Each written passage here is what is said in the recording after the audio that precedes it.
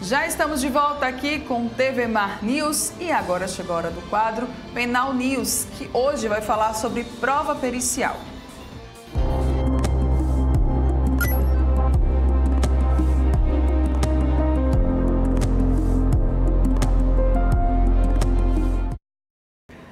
Muito bem, gente. Alagoas acompanhou ontem toda a movimentação em torno do caso Marcelo Leite em Arapiraca. Nós tivemos a reconstituição da morte do empresário e hoje aqui no Penal News nós vamos saber sobre como é que funciona o recolhimento de provas periciais. Para conversar com a gente já estou com ele, Bruno Calado, advogado. Muito bom dia, ainda é bom dia, isso. Obrigada, Bruno, mais uma vez pela sua presença aqui junto com a gente. Eu que agradeço, Mara. Estávamos relembrando, segunda vez do Penal News sob sua presidência aqui no TV Mar News, né? Um prazer imenso. Você que é uma apresentadora full service, o que botar, você desenrola à frente aí de todas as apresentações. Estamos aqui hoje para tratar sobre um tema muito importante para o processo penal e pertinente, né? Porque, como você bem disse, ontem tivemos uma movimentação muito grande na reconstituição, né, na simulação de como teria acontecido essa abordagem com aquele empresário que resultou em sua morte, pois foi atingido por tiro de fuzil. Né? Então, trazemos aqui à tona a prova pericial. Certo. Né? E antes de a gente dar continuidade, é necessário que a gente conceitue a prova pericial, não é verdade? Porque muita gente, às vezes, não sabe diferenciar uma prova testemunhal de uma prova pericial, de uma prova documental, não é verdade, Mara? Sim. Então, vamos fazer essa conceituação aqui para vocês. Porque prova, no sentido genérico da coisa, a prova é um conceito muito fácil de ser atribuído. Sim. A prova é tudo aquilo que lhe mostra o caminho da verdade real. É tudo aquilo que lhe facilitará a elucidação, a resolução, né, a conclusão de um delito, de um crime, de uma infração. E prova pericial, perícia, soa como algo científico, algo bem técnico. E é isso que se atribui ao conceito de prova pericial. É uma prova científica, certo? Realizada através de exames, seja o exame no local do crime, seja o exame na pessoa alvo daquele crime, ou a pessoa acusada, suspeita pelo cometimento daquele crime, ou até nos objetos envolvidos naquela arte delituosa.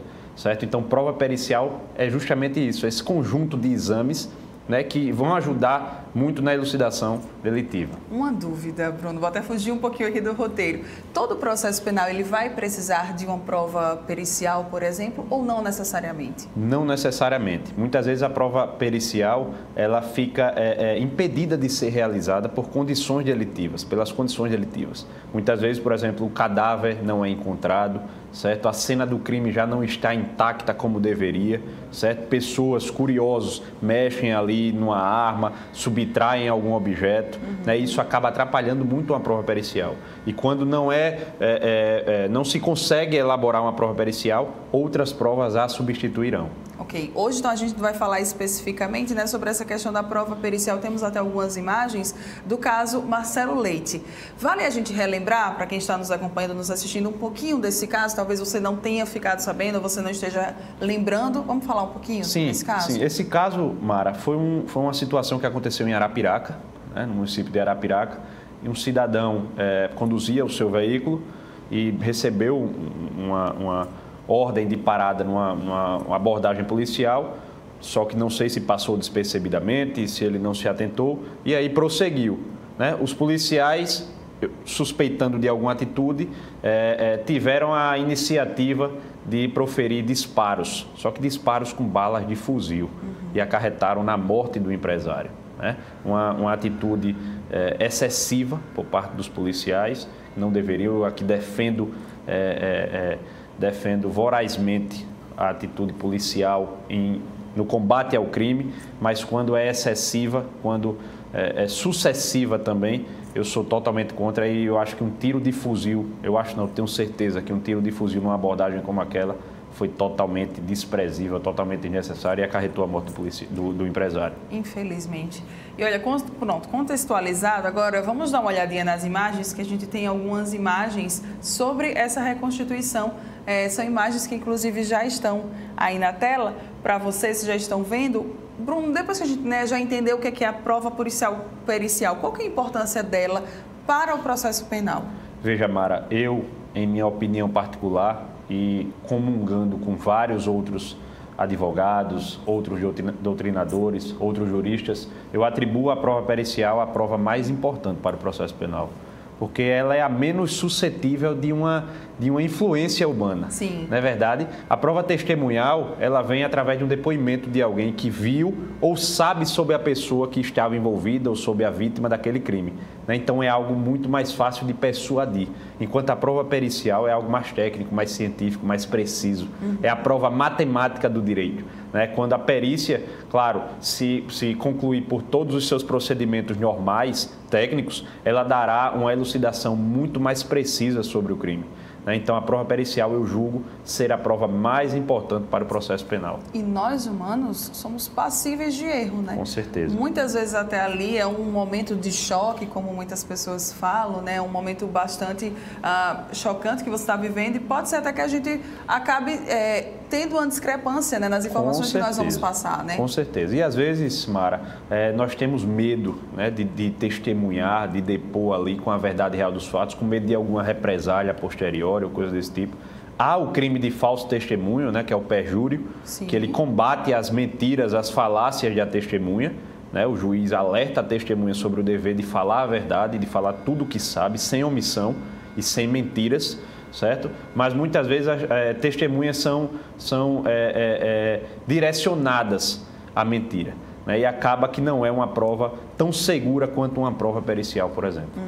Falando, né, sobre prova pericial, o exame de corpo de delito pode ser considerado uma prova pericial? Sim, o famoso exame de corpo de delito. Né? O exame de corpo de delito é uma prova nata, é um exemplo nato de prova pericial. Né? O exame de corpo de delito ele é realizado sobre pessoas, certo? Ou objetos, e atestam o envolvimento daquela situação no crime, no delito. Certo? O exame de corpo de delito das provas periciais é o exame mais famoso. Até quando uma pessoa é agredida, ela é submetida a um exame de corpo de delito Sim. no IML, né? Porque todo o crime, a situação delitiva que deixar vestígios sobre sua autoria, sobre suas vítimas, etc., ela será submetida ao exame de corpo de delito. Então, a pessoa, quando é direcionada, por exemplo, ao IML, o Instituto Médico Legal, para ser submetida a um exame de corpo de delito, ela está ali para ser analisada através dos peritos se houve agressão, em qual região houve agressão, qual tipo de agressão, de lesão ali ocasionada, do hematoma, etc. Então, outro exemplo de exame de corpo de delito famosíssimo, a necropsia. Muitos falam, inclusive, errado, autópsia. Isso. Né? Ou necrópsia. A palavra necropsia não tem acento, portanto, pronuncia-se necropsia. Autópsia é uma palavra vencida, não existe autópsia.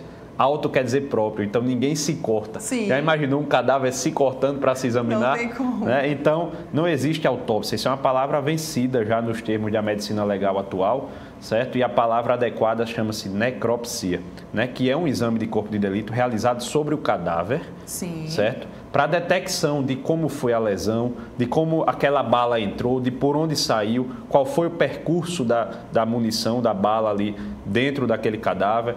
Todas as lesões serão levadas à tona e reduzidas a um termo de um exame pericial de necropsia.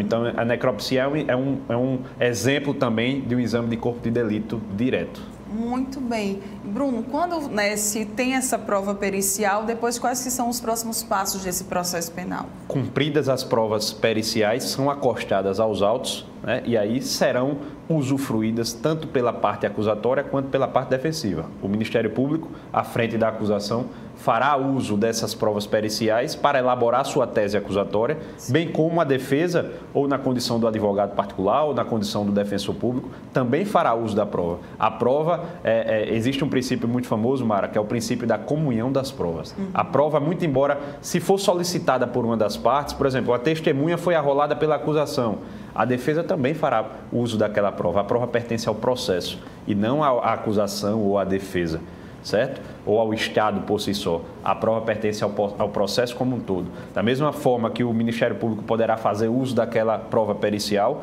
a defesa também fará uso daquela prova pericial. E aí cada um montará a sua tese e direcionar seus princípios ali para consubstanciar sua defesa ou sua acusação com base naquela prova.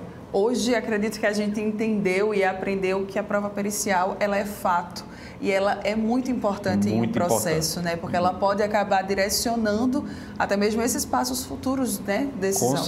Com certeza, Mara. Toda a prova pericial é de extrema importância e, como eu disse, eu julgo a prova pericial a prova mais importante para o processo penal, pela precisão, né, pela proibição de intervenção de influências alheias na prova pericial. Então, a prova pericial é de extrema importância para o processo penal. Muito bem, esse então foi o nosso quadro Penal News de hoje, onde a gente aprendeu um pouco mais sobre prova pericial e a sua importância. Bruno, obrigada. Eu que agradeço, Mara, e parabenizo a sua atuação aqui à frente do TV Mar News. Eu que sempre agradeço, tá? Muito obrigada mesmo por todo o carinho. Eu Parabéns pelo trabalho. Um abraço em todos. Olha só, pessoal, vamos agora para um rápido intervalo comercial. Daqui a pouco nós estamos de volta.